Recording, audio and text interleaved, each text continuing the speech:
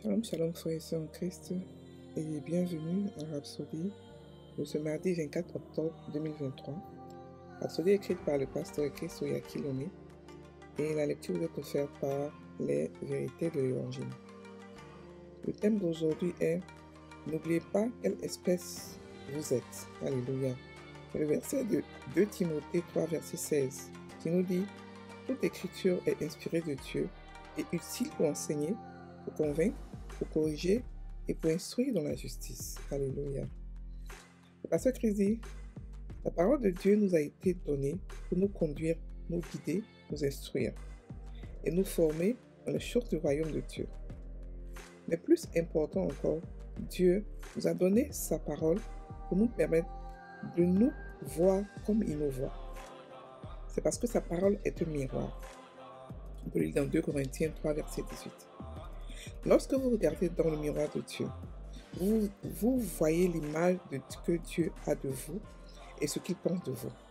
Il veut que vous ayez et conserviez cette image exacte de vous-même afin que vous puissiez voir qui vous êtes et agir en conséquence. Jacques 1, verset 22 à 25 communique la même vérité importante et instructive. Ça dit, mettez en pratique la parole et ne vous bornez pas à l'écouter, en vous trompant vous-même par de faux raisonnements. Car si quelqu'un écoute la parole et ne la met pas en pratique, il est semblable à un homme qui regarde dans un miroir son visage naturel et qui, après s'être regardé, s'en va et oublie aussitôt quel il était. Mais celui qui aura plongé les regards dans la loi parfaite, la loi de la liberté, et qui aura persévéré, n'étant pas un auditeur oublieux, mais se mettant à l'œuvre, celui-là sera heureux dans son activité. Il est très éclairant de constater qu'il n'est pas dit que l'homme qui ne met pas en pratique la parole oublie à quoi il ressemblait. Il est plutôt dit qu'il oublie quel genre d'homme il était. En d'autres termes, il oublie le genre ou le type d'homme qu'il a vu. Le miroir de Dieu, sa parole, ne vous montre pas seulement votre apparence, il vous montre votre genre ou votre espèce. La parole de Dieu vous montre que vous êtes dans la classe d'être de Dieu et que la vie que vous avez est le type de vie de Dieu. Alléluia. Votre rôle est de continuer à regarder fermement dans le miroir de Dieu et de ne pas oublier à quoi vous ressemblez, qui vous êtes.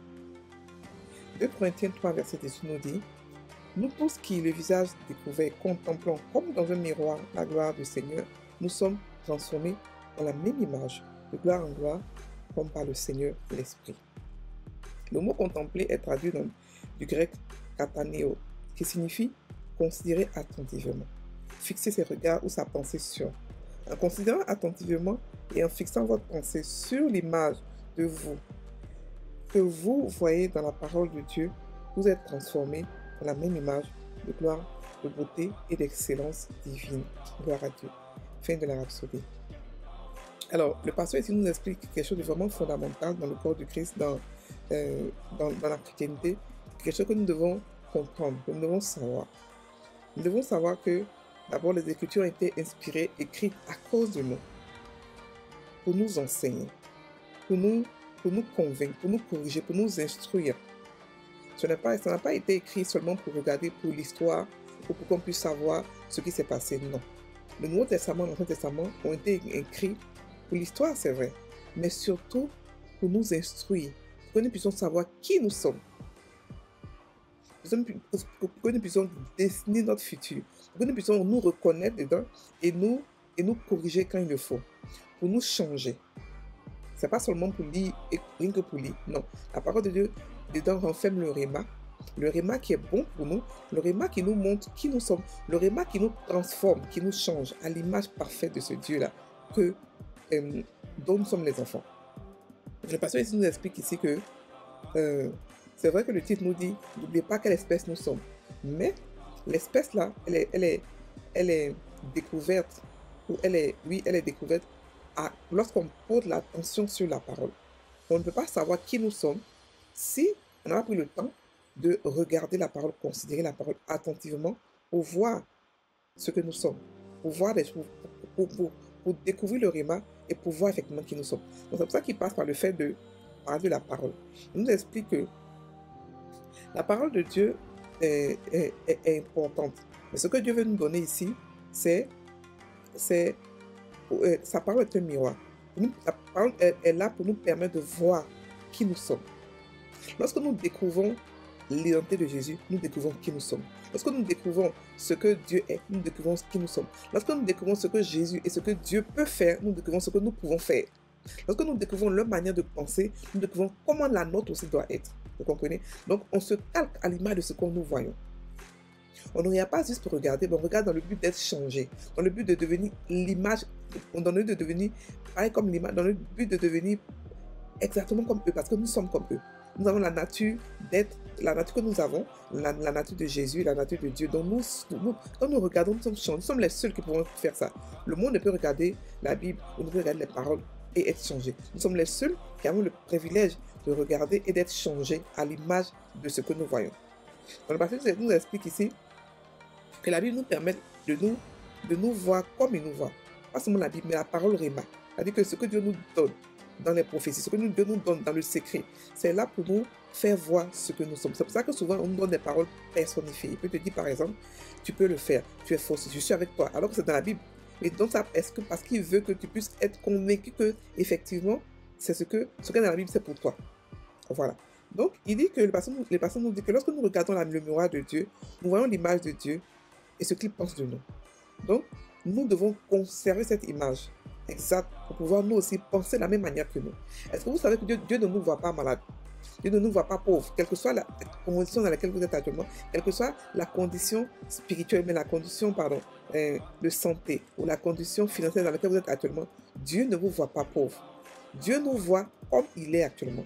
Comme il nous voit, il veut que nous voyions avec ses yeux. Il veut que nous voyions avec les yeux qu'il a pour nous. Il nous voit parfait. Alléluia.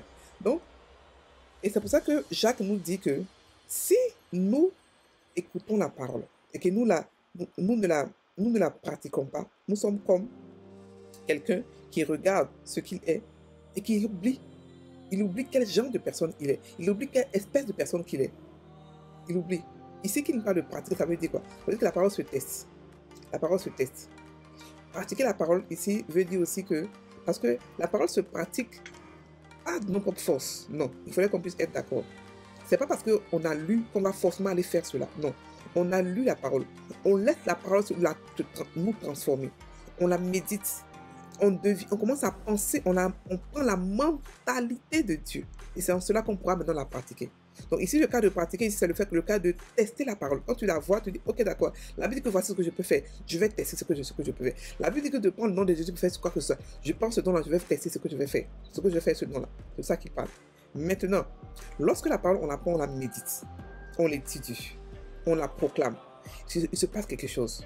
Donc je répète, lorsque on prend la parole, on l'étudie, on la médite et on la proclame. C'est-à-dire que EMP, quelque chose se passe dans notre esprit. On est transformé.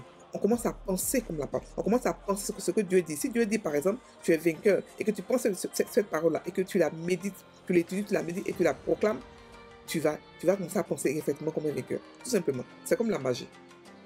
Mais quand tu ne penses pas comme un vainqueur, tu vas être choqué des circonstances de la vie. Tu vas être déçu, tu vas être malmené, parce que tu vas te dire, mais la Bible dit que je suis vainqueur. Comment se fait-il que dans ma vie, je ne suis pas vainqueur? Parce que tu n'as pas pris le temps d'étudier la parole, de la méditer, et de la pratiquer et de la proclamer. Quand tu fais ces trois et que tu commences à penser comme la parole, automatiquement, tu commences à la pratiquer. C'est une résultante.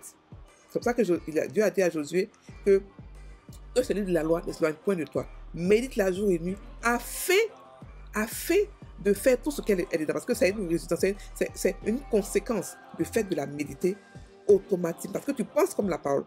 Tu penses sur la mentalité de Dieu, donc automatiquement tes faits et gestes sont la pratique de la parole. Tout simplement. C'est en ce sens-là que ce n'est pas compliqué de pouvoir le faire. Ce n'est pas quelque chose que tu te forces à faire. Non. Tout ce que Dieu nous demande de faire, il n'y a rien dedans qui est compliqué. Tout ce qu'on nous demande de faire, c'est seulement suivre sa parole, la méditer, l'étudier, la méditer, la proclamer. Et ensuite, on commence maintenant à l'établir dans notre vie. On commence maintenant à pouvoir penser comme Dieu est facilement établi. Donc ici, Jacques nous dit que c'est comme quelqu'un qui a la parole, qui regarde la parole, mais qui s'en va et oublie aussitôt quel genre de personne il était, quelle espèce il est. On ne doit pas oublier, parce que beaucoup de chrétiens ne savent pas quelle espèce ils sont. ce que nous sommes, on n'est pas des humains. Je répète tous les jours, on n'est pas des humains. On vit dans un corps humain. Le corps que nous avons est notre maison. Mais on n'est pas des humains. On est des dieux qui avons une expérience humaine.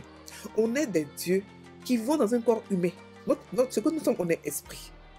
C'est pour ça qu'on parle la langue en esprit. C'est pour ça qu'on communique en esprit. On fait tout en esprit. Parce que Dieu qui n'est pas humain, qui ne sait pas comment parler en humain avec les humains, il faut être esprit pour pouvoir communiquer avec lui effectivement.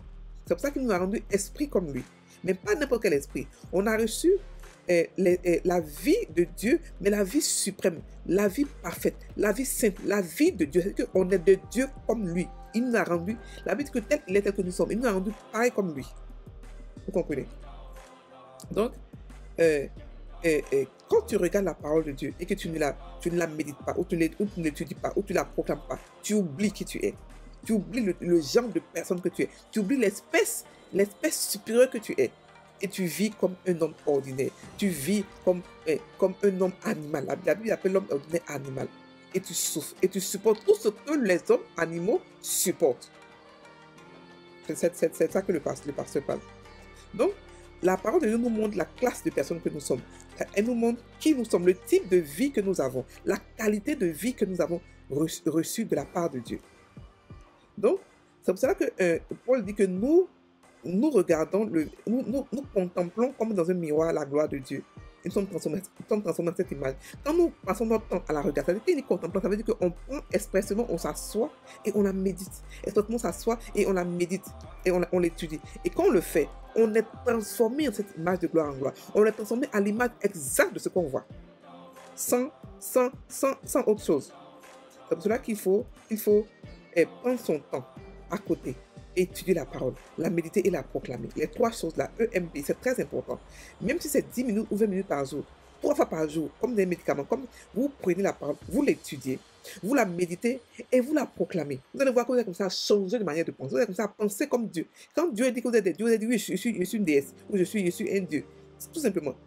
La parole de Dieu n'est pas difficile. C'est parce que le corps de Christ n'a pas appris à se discipliner, n'a pas appris à méditer la parole ou à étudier, mais de manière personnelle. Ce n'est pas forcément à l'église, mais vous-même, aimez la parole, étudiez-la, méditez-la et proclamez-la. Vous allez découvrir qui vous êtes. Vous allez voir que vous êtes des dieux et que vous allez commencer à voir votre vie aller de gloire en gloire.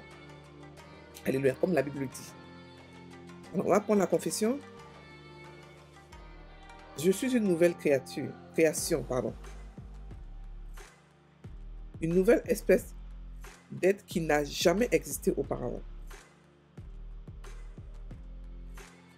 Je suis mort au rudiment du monde. Je suis constamment transformé en la même image de la gloire divine, de beauté et d'excellence que je vois dans la parole. Béni soit Dieu. Frères et sœurs en Christ, passez une bonne journée. N'oubliez pas qui vous êtes. Étudiez la parole. EMP.